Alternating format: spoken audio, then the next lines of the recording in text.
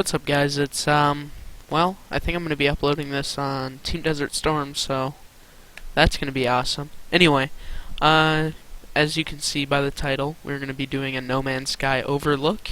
Me and Gavin are gonna be uploading quite a bit of that when we get the game. I think it comes out January 21st or 2nd. I'm not sure. I think it's something like that. But anyway.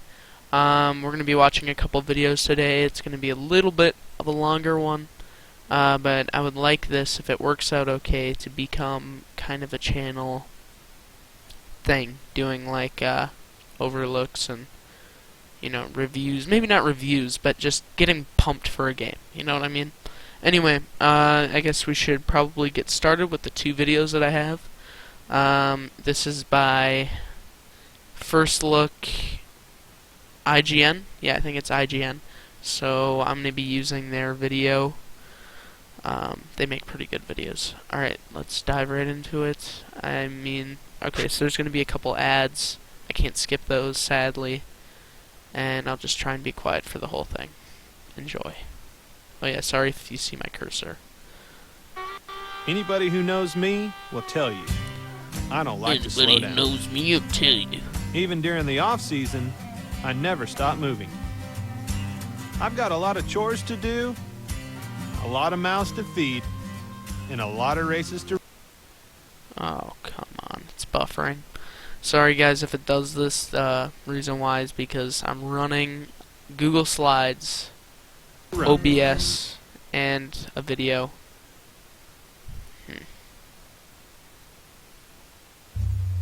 Alright, here we go. Perfect. Alright, enjoy. Hey everybody, I'm Ryan McCaffrey with IGN. Welcome to July's IGN First.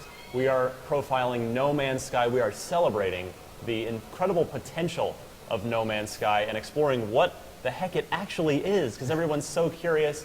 We're going to be just deep diving into the game all month long. I'm joined by the founder of Hello Games, Sean Murray, also the programmer and genius behind No Man's Sky. Just take the compliment. So, Sean, you're going to start by giving us a little guided tour, and then maybe we're going to drive a little bit? Yeah.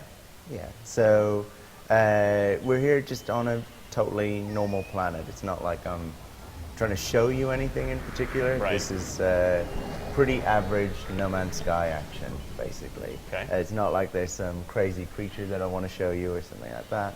And I guess that's what we've been trying to show at E3, is you know, just giving people a flavor of like, this is the game as it is. This is your kind of average 5-10 minutes with the game. So I have a jetpack there, that's what I was using, which I can use to kind of fly about. That's a weird looking fish. Yeah, so we were kind of trying to show people, I guess, and trying to show you guys some of the things that you might do in the game, right? Like there's lots that you can do, but I'll give you some idea of some of the roles that you might have. So for instance, we saw some weird looking fish over there. So if we can find them again, then we can scan them. There they are. And we've now discovered those, right? So that was really easy, Okay. right? But they're not particularly rare fish. So actually that discovery isn't worth that much, okay? But it's worth something. So if I go to a beacon, which would be like the red marker over there, which is way in the distance actually, or there's another one up there. If I go to that, jetpack over there, say, then I can upload that discovery. I can name it, right? And I'll get some money for doing that. So if you look in the top left-hand corner, over on the left-hand side of the screen, you've got a number and then a little U symbol, and that's the number of units that you have. So that's your currency in No Man's Sky. Got it, okay. And you use units to buy new ships, buy new weapons, right? The ships and the weapons are procedurally generated as well, so there's like literally hundreds of thousands of different kind of variants of ship and weapon that you can discover, right? Your ship there looks pretty cool already, but what is that, a low-level ship? Is that a high-level ship? So this is probably a low-level fighter ship, I would say. It's actually got a really good cargo space, but not great weapons. Got it. So if I discover a planet or I discover a creature or something like that, then I can upload it, I'll get some money for that, and depending on how hostile the planet was, how hard it was to find, or the same goes for a creature, then I'll get varying amounts of money for that, right? When I do, I name it, I'm uploading it to this Atlas, which is a central computer. Got it. That, That all players can access that? That all players can access. So something was just attacking me there, and that's this little goat. What's his problem? Doesn't he know What's his problem? Doesn't he know I'm trying to demo? You're just a nice explorer. You're not doing So, anything. if I oh don't- my goodness. If I don't want to kill him, I can shoot at the ground. I can kill him if you want.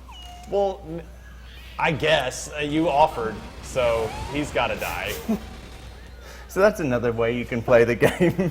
You can just, not come in peace, and you can kill all the creatures, right? But when you do, you'll find that people don't like you so That much. one's smart. He ran away. He's running away now because I have shot some creatures, and they do remember that. But it's drawn some attention. So Right. this is the Sentinel, and he saw me doing it. And you can see in the top right-hand corner of the screen, I've got a wanted level. That's what that is. Okay. So now I've got a 2-star wanted level. We're really pissing this planet off, Sean. So basically, from all over the planet, these Sentinels will now start making their way towards me. And how can we get rid of the wanted level? So by evading them, so I could fly out into space. A and little just Grand Theft hide. Auto in that regard. Yeah, luckily Play they well. haven't patented that particular mechanic, so we can steal it. Sorry for No, those it guys. makes sense. Basically, this universe has rules. Yeah. Actually, these Sentinels are a race of self-replicating robots, right? You totally violated the Prime Directive on this Yeah. planet. So they are now getting a bit more troublesome, and I'm probably not going to survive for very long.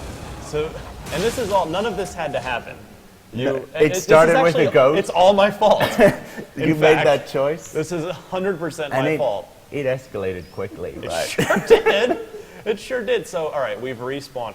Is there a penalty for Yeah. death, or in the sense of? So the discoveries I've made, the resources I've gathered that I haven't uploaded, Mm-hmm. or the resources that I haven't stowed or sold on, they're gone now. What?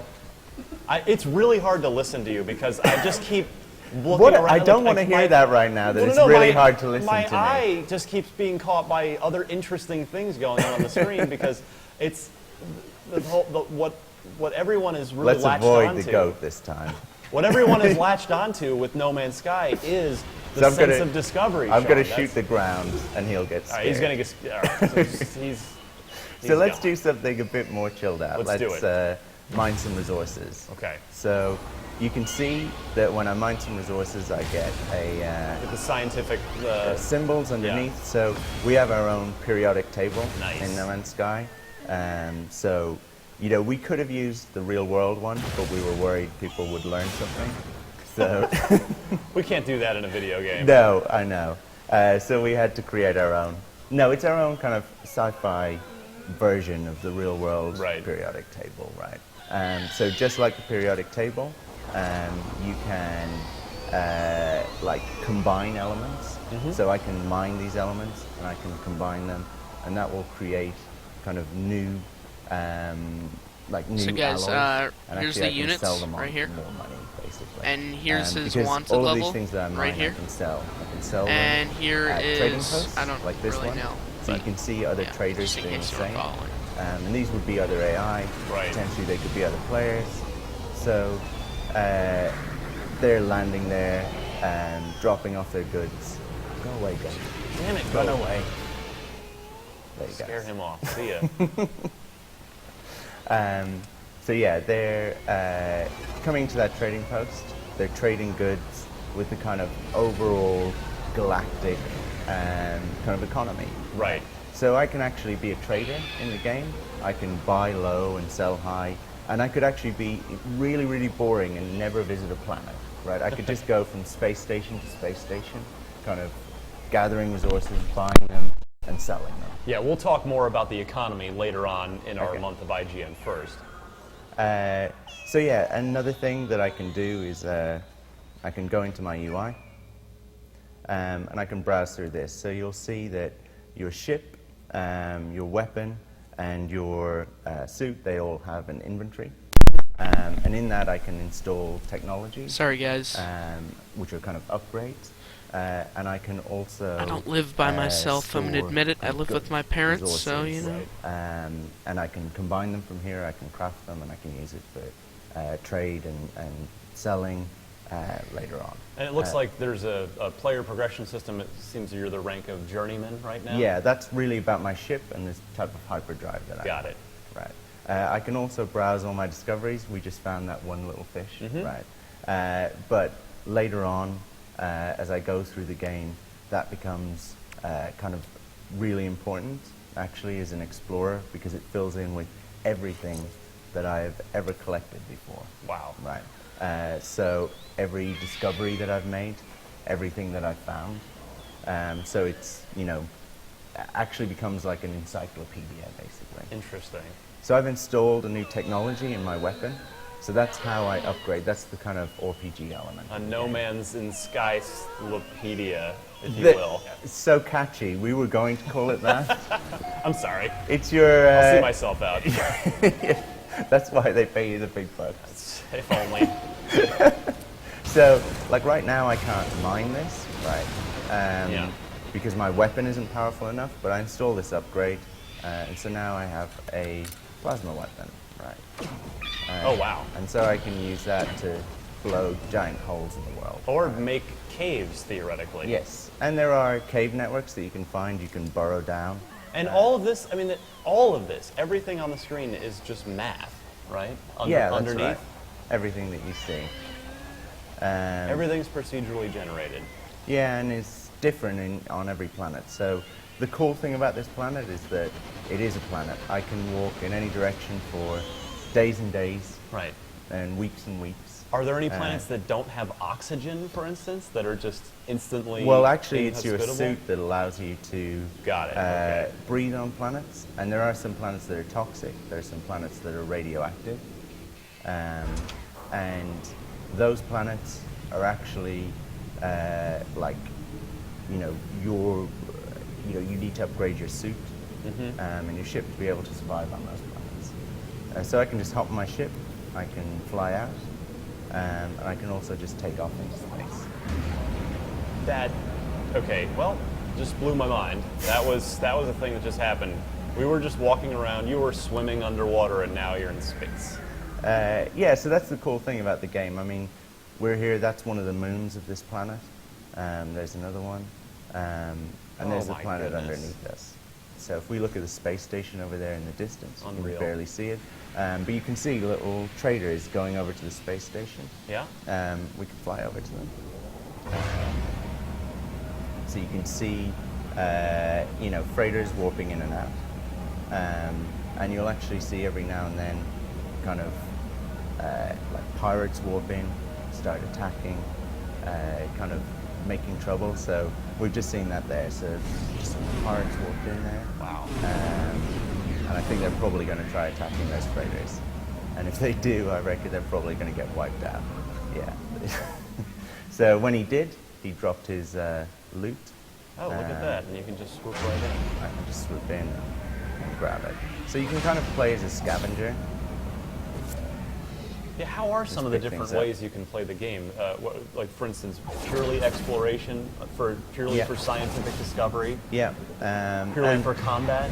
you can absolutely play for combat, and that's a really popular way to play the game. So you can be a trader as well. But playing for combat, you would, typically either start attacking ships like that and join in with those pirates, and maybe stand a chance of taking down a freighter. And if you take down a freighter, or even try and take down a space station, if you manage to achieve that, that is a huge achievement, and will net you a lot, basically. That is kind of a real windfall, but you're going to probably get into a lot of trouble trying to do that. You'll draw a lot of police attention. So it's quite a big intergalactic crime, if you will. So I'm preparing to be amazed again. You are so now approaching the atmosphere of the moon, of this particular moon, coming in. And you can see that even from the distance, you can see these, Wow. these mountains, these rocks, these formations, and I can just now press triangle and land. This is literally the most open world game of all time. Well, it's yeah, open universe, I guess. Those moon dinosaurs are a little intimidated by you. As they should be. They've heard what I did to that ghost. The word gets around the galaxy fast. Yeah. And so these crystals that you find, they're on a lot of planets. Yeah. They're not actually worth that much, but when you start off in the game, they are like a way to earn some money easily. And Right. actually destroying these doesn't really grab the attention of the Sentinels. If you were to mine a planet really heavily, then that would, you know, that causes a lot more trouble. So let's just, if we do a quick scan, we can grab some of these creatures. And you'll also see a bunch of points of interest light up around the planet. So these are all places we could go and visit. They will be, you know, some of them will be ancient relics, some of them will be actual like trading posts, kind of shops where you can get things, maybe find new weapons, buy new weapons, and some of them are just kind of random drops of stuff. So earlier you mentioned discovering things and getting to name them. So if you discovered these little baby dinosaur things, you could have named them Shaunosaurs, and then it would be that way for everyone who ever finds them? I could have named them Shaunosaurs, yeah. And I could, yeah, go across the galaxy just naming everything after myself, if I so wish. Well, yeah, why not? So I can also just, once I'm out in space, I can hop into the galactic map. Oh my goodness. Okay. So everything that we've just seen is actually one planet and some of its moons. So we haven't even touched on what a solar system is, you know. But every one of these is a solar system. Every one of these points of light is a sun that has its own set of planets, planet-sized planets that have creatures, life, and everything else. If I zoom Might around some a of little them bit. be light 24/7 or dark 24/7 or? Well, actually, if you fly down to the dark side of a planet, then it will be nighttime. If you fly down to the light side of a planet, it will be daytime, and halfway in between, it will be kind of dusk or whatever. And they're all like spinning on their own axis and things like that. So that's what causes day to turn to night. Wow. So normally, I would only be able to reach the planets nearby me, those ones that are joined by lines, Yeah. with my current hyperdrive. But given that this is kind of my build of the game and I can do whatever I want. You are literally God. Yeah, exactly. Although I can still get killed, right? So what does that say? So I can just zoom out from this and I can kind of select anyone at random. I hope everyone, I mean, this is, I've never seen anything like this in a video game before. I am having a bit of trouble comprehending what's going on because this is incredible. So that over there, that's the center of the galaxy.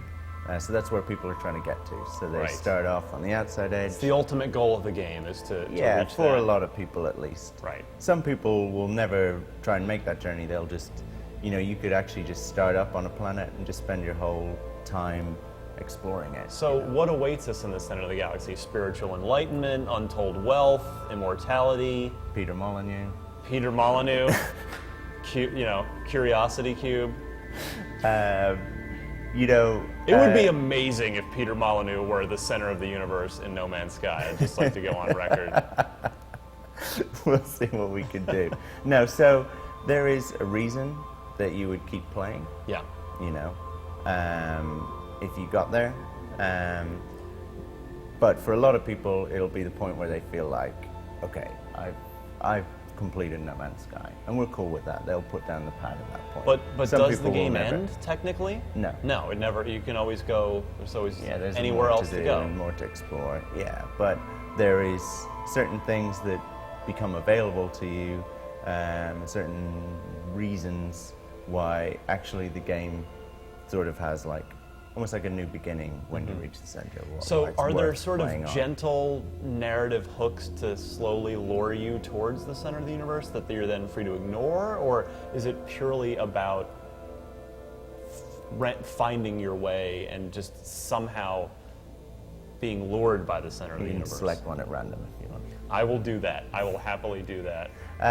So at the outside edge, things are pretty safe, actually, where My you controller's vibrating now. What does that mean? because you're near a star. Okay, let's take that. And if you hit square, we can warp to it. Lay in a pulse. Engage. And we will see what awaits in this new universe and on that new planet later on in IGN First. Be sure to stay tuned all month long. So much more to discover on IGN First.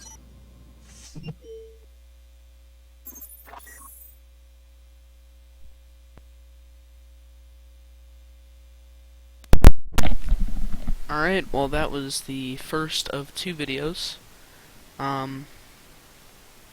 Yeah, so now that you get a look at what's going on for these things. Yeah, it's a really cool looking game in my opinion. Planets are kind of small. Stuff's, you know, they aren't as big as I thought, and there isn't base building. But, you know, I think this one's going to talk more about it, and then I'm going to probably rant for a couple of minutes, and then I think that'll conclude our video. How long is this one? We'll see. There's going to be an ad. Yeah. 5 Hour Energy presents. I think Why are you 3.5 so tired? minutes. The after lunch food coma. 5 Hour Energy. We've Seen all this been one. there. You had planned on ordering the salad, but the pasta and fries looked so good.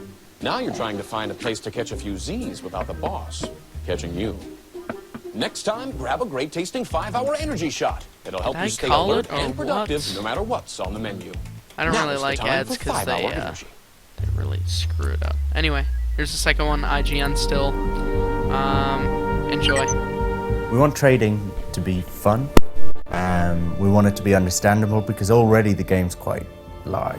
We are trying to simulate a universe that has trade, has traders, has pirates, has different factions. So whilst we think the UI is quite simple, things like that, and how you interact with it, actually what's going on behind the scenes is reasonably complicated.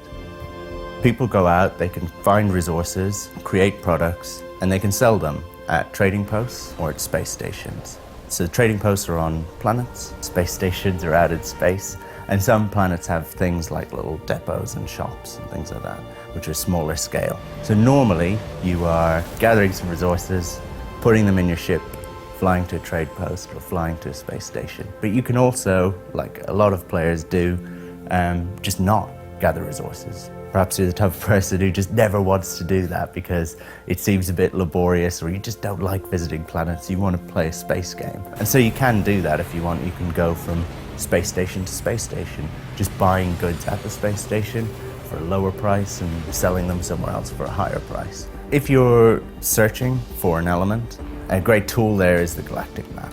The first thing that's incredibly helpful if someone has been to that system before. In visiting it, they'll discover it, and then if they choose to, they will upload that information. And now anyone who goes to visit that system, anyone who goes to select it on the galactic map, is going to know more about that system. So actually, other players playing the game in a very real way are like exploring the universe, and you have that little kick of like, oh wow, you know, thanks, you know. You'll find that actually the planets are quite rich with resources. Some planets more than others. So for instance, like a barren planet tends to have more valuable resources. What you actually gather, the resources from those, are like what I would refer to as kind of atomic elements, right? They're chemical elements. And those can be crafted. Those can be joined together to create something that is more complicated. What I would call like a product, effectively. So you can craft 2 elements to create a product. Really what you're doing is doing things like combining 2 atoms to create a molecule, right? And when we release the game, we're not telling people, here are all the formulas. We're just letting players loose, and a little bit like Minecraft, people can, you know, figure out those rules themselves, because I think that's quite fun, and the game's all about exploration anyway. When you fly out into space, I actually often like to just sit there. It's quite nice because you can watch like a space station, especially a busy space station, busy spaceport. You will see trade ships kind of exiting the space station, often going to freighters, docking with the freighters, picking up some resources from them, ferrying the goods into the space station. You'll see them flying all the way down to the planet, gathering resources from trade posts, ferrying resources back up to the space station or back up to freighters, and you get to kind of sit there and watch the kind of trade economy just in motion.